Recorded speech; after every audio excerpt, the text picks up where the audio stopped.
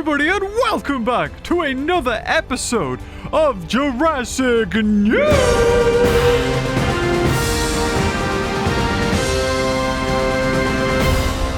Yes, well, we've got the franchise rebirthing. We may as well rebirth the intro. So, we have got a lot to discuss, and of course, at the forefront of all of this discussion is this Raptors. Yeah, so this new Raptor, you've been living under a rock, well, you're about to have it spoiled. The Raptor design for Jurassic World Rebirth has been showcased, or, it's been put out there. This comes from LA Balloons, and they put up, they do loads of variety sorts of things. They do a Spinosaur balloon, as you can see here. They also do a T-Rex balloon, but they also did a Raptor balloon. So, how about we take a look at it? Have we? Drum roll, please. There it is. It is Quilliam! Very clearly Quilliam. Now, people have pointed out that this render in particular is very similar to the blue render. And I think someone made like a fading in, fading out of it, literally being the same. But of course, like the tongue's the same, the mouth's the same, everything's pretty much the same. They just took Blue's picture and changed it a little bit. But I think this is pretty close to the Raptor that we're going to get in Jurassic World Rebirth. And it bears a stunning resemblance to the Jurassic Park 3 Raptors, aptly known Quilliam, or at least the male one anyway, that had quills on its back and a higher bridge on its nose that you can see there.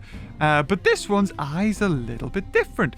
Now, we can have a look at other Raptors that I've speculated on in the past, if it compares to any of those ones. Now, of course, the new Raptor encounter that's coming to Universal Osaka Experience showed the other type of Raptor. Now, this one's been, it's still around now. It does the dinosaur sort of parade, and I was there a couple of years ago. I mean, I pretty much go every year. When you live in Japan, you may as well. And it's still there, still doing the rounds, but it looks like it's going to get a little bit of a revamp, but it looks nothing really like this one in terms of the changes of the color. And also, the Raptor that you can see here, the two-headed Raptor that we see in the trailer, also doesn't really look like it. The colorings, it doesn't have quills, it also has an extra head, so that's something to bear in mind. Now, people, because this has been out here, we've got Manuel and Dangerville have made their own renditions of the Raptor. It's pretty much just like a Jurassic Park 3 Raptor with the quills and then the change of colors. What I thought was quite interesting of note here is that the colors, being this bluish, the dark blue and this orange, are similar to the Jurassic World Rebirth logo colors. Something to put out there, but this is where we get into a little bit of theory. There's Jurassic News. We give it to you. Because everyone was, I think, in a rush to just break the news. Be like, look, Raptor! Some people did it with dignity and made a very short video. Others didn't and made like a 20-minute video telling us there's a new Raptor. There's a new Raptor, basically. But what I wanted to talk about, specifically, when you have time to mull over these sorts of information, this news, you remember that he said Raptors. He said plural. I'll say they're Raptor. They're Raptors. Oh, brother, this guy stinks! Did you hate the Marvel-esque thing? Damn it, Marvel, you've ruined films for years, decades even. God, quips, what they like. Oh, none of what you said is good. Oh, bad things happen. But what I wanted to say is, we've got multiple Raptors, okay? So, I mean, in any Jurassic franchise, they all kind of look the same. Now, let's draw a comparison here. What kind of Raptor did it look like? Well, it looks like the Jurassic Park 3 Raptors, and we've also had them, or the director go on, is it Frank Marshall, say that he no longer wanted to, there's no more retconning happening in the series. Okay, I'll believe it when I see it, but let's think about this. If there's no more retconning, well, there was a male Raptor and a female Raptor in Jurassic Park 3, and if this is the first ever lab that's ever been made, then it's possible that the genetics of the Jurassic Park 3 Raptor could be in this one. So, that also means, do we have a female Raptor? If it looks like the Jurassic Park 3 Raptor, smells like it too, well, there should be a female to join it as well. And maybe the Raptor that we see in the chamber is the female Raptor. Now, I was a little bit spitballing. This is very clutching at straws here. What if it's captured? I was making the joke that it's a bit like I Am Legend, where he takes one of the zombie mutant people. But and then they experimented on it. They put another head on it, but I don't think. I think they grew this one. But it's possible that we have a male and a female raptor, just like we did with Jurassic Park 3, and that's why this one doesn't have the quills, because the female raptor in Jurassic Park 3 did not have quills, but it has some similarities to the female raptor. Now, of course, the Jurassic Park 3 raptors had pupils instead of the slit eyes, that the normal dinosaurs have, and they've reverted back to that with this design, which some people are up in arms about. Well, I'm not bothered. I mean, come on, we stopped being scientifically accurate in the first one, or at least trying to be. Kind of a little bit in the third one, but hey ho. So you've got like this dark patch around the eye. You've got stripes on the nasal cavity there. So a lot of similarities. So was it all a lie? Yes, I wanted to get into this. What do we know? What do we not know when it comes to Jurassic World? Because Rebirth, people are saying, with all the species. We've got Parasaurolophus confirmed. All these other dinosaurs that have been confirmed. And this is one that I thought was quite interesting because, we've seen the parasaur, at least it was leaked. Somebody was in Thailand when they were in Thailand. They brought this thing with them. That's quite a big thing to bring with them to Thailand, and unfortunately we never got to see the rest of it that it was covered. Now you'll notice at the bottom it's got the cardboard sort of pallet that it sits on. Is it possible that this is a parasaur corpse that they can just sort of blend into the land so it looks as though it it is a real thing and it's dead? Or is it a case of when Dominion was out, we got our first glimpse at the Atrociraptors through a head on a stick? And that was just so the actors had something to look at when they, when they were, and it also helps with CG. The animators and lighting and VFX people will be able to see where the light falls on the maquette, and they'll know where to make the light fall on the actual dinosaur. That's a lot of reasons why they sometimes have those. And is it possible that this parasaur is in a similar situation? It's just a head and a stick, a byproduct from back when Owen Grady was doing the pose. Because let's think about this now. All of the dinosaurs in this movie have redesigns. Even the Quetzalcoatlus. They paid and made a Quetzal already, and then they paid and made a completely new one. Why? I don't know. Maybe just because they want to start fresh. So it's possible that this is never going to be in the movie. Maybe it is. Maybe it's going to be a washed up carcass, or we're finally going to see the Lost World thing come back. That would be quite nice to see, because that was in the novel. And then also the Spinosaur hate will never stop either. Well, it's not hate, but it's just pointing out the flaws in the new Spinosaur. And something I didn't notice and I didn't mention at all is that not only does it look a bit weird with its fat neck, it looks more like a Komodo dragon and the like, but it also has these extra teeth just at the side of it. And if you look closely, when it's attacking the boat and it turns to its side, you see them there, but they're more prominent here. This is from the showing that I'm not American here, aren't I? Super Bowl, that's it. The Super Bowl slot there, where it has extra teeth, which, I mean, I guess if we're going for just, genetics going a bit out of hand here, these guys don't really know what they're doing, then things just have extra teeth. And onto more news. We have our first look at Scarlett Johansson's character. It's Zion? I can't remember. We love Z names at the moment. Because we had, what was the other one in Fallen Kingdom again? God, I can't, I want to say Zia. I'm going to say Zia. And we've got our first look. This is from the actual Lego post. So not only do we have a confirmation of what, Scarlett Johansson's character is going to look like, but also the Jeep thing that I'm assuming is Ingenix.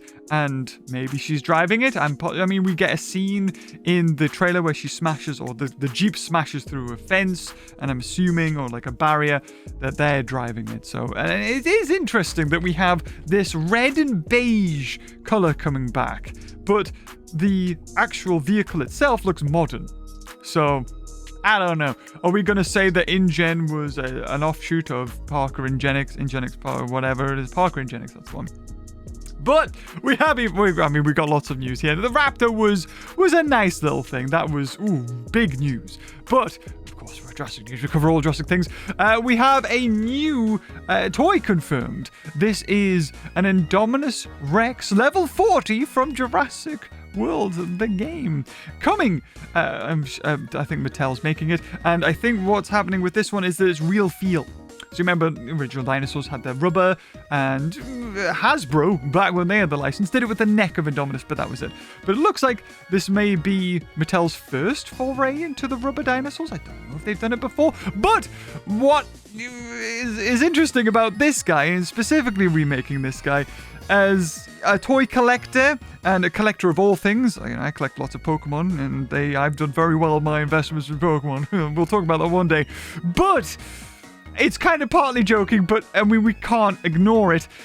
This thing now sells out of the box, not even with the cardboard box. The original, the one that Hasbro made, sells for like $250, which is crazy. Now, I do not want to incite people like stockpiling these, because it's ridiculous what's happening with Pokemon.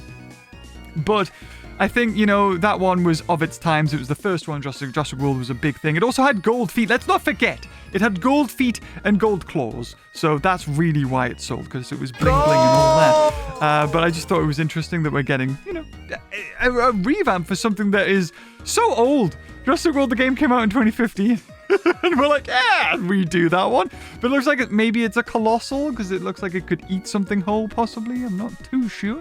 And also, things that have came to the forefront, something we never got in the Lost World. This amphitheater set. What was that? Amphitheater set. Amphitheater set. Which is something that we have not, we're not getting. When was the last time we got a play set? They don't exist. I think Mattel's allergic to them. But I've got plans this year to hopefully fill in a gap in the market. So, Mattel, watch your back. I'm coming for your space. You won't do it. Maybe somebody else might. I don't know. Anyway, so yeah, this is just a really interesting look at what could have been. This, of course, the amphitheater and the helicopter and all that jazz. But I love the Raptor and the T-Rex. And of course, they were keeping on with the cage systems that they had going on back in that day. And then another one from Jurassic Library. I don't know if this is just surfaced, but I've been made aware of it. A lovely little concept art for the SNES game. I played this so much when I was a kid. Never completed it until Jurassic Park month popped around, I think, and I completed there. It was just interesting to see how the night vision concept was worked into it, and the Alan Grant with a taser and all that jazz. I thought it was really fascinating. But now that we are where we are, and we have the trailer, we have official footage and dinosaurs and all that jazz for Jurassic World Rebirth, it'd be interesting to look back at how far we've came. Because these are, the set photos we covered a long time ago. But it's interesting making the connections now that's Duncan's friend there, I think it is, or part of the mercenaries, who's on the side literally doing the same pose as they propel down the side of the ruins where the Quetzal nest is. And also this scene as well, because it was weird that, part of it, and I did mention back then that this is probably where they propel down. And yeah, as you can see, the rock and the grass placement there are actually identical, I think. But there are still some things that we don't know about. These two in particular. We have maybe an entrance or an exit. Again, on the right, it looked like it was the shelter from Isla Nublar. And I think they're doing a lot of calls back to the first one for some strange reason. They're trying to make... it's obviously the old facility. It's what's left of the old facility.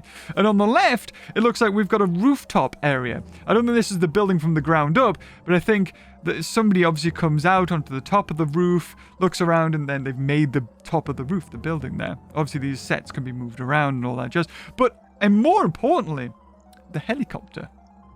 And I have no idea where a helicopter is going to fit into the plot so far, because a lot of people, and me especially, are worried that they've shown too much. Even showing the D-Rex, which it won't be called that. And we all, of course, remember it was Diabolus Rex, was Indominus Rex, and then it got changed, so the D-Rex will change its name. But anyway, right now, the mutant, the D-Rex. Does it attack the helicopter? There's no way they get on the island through boats, or maybe they try and escape from a helicopter and then the D-Rex attacks it, but it was on a rig. So it's, maybe this is the evacuation of, with Fallen Kingdom. You had that nice little bit at the at the start, which got the mosasaur out into the ocean, and they were retrieving their DNA or samples or whatever it was they were doing. I can't remember.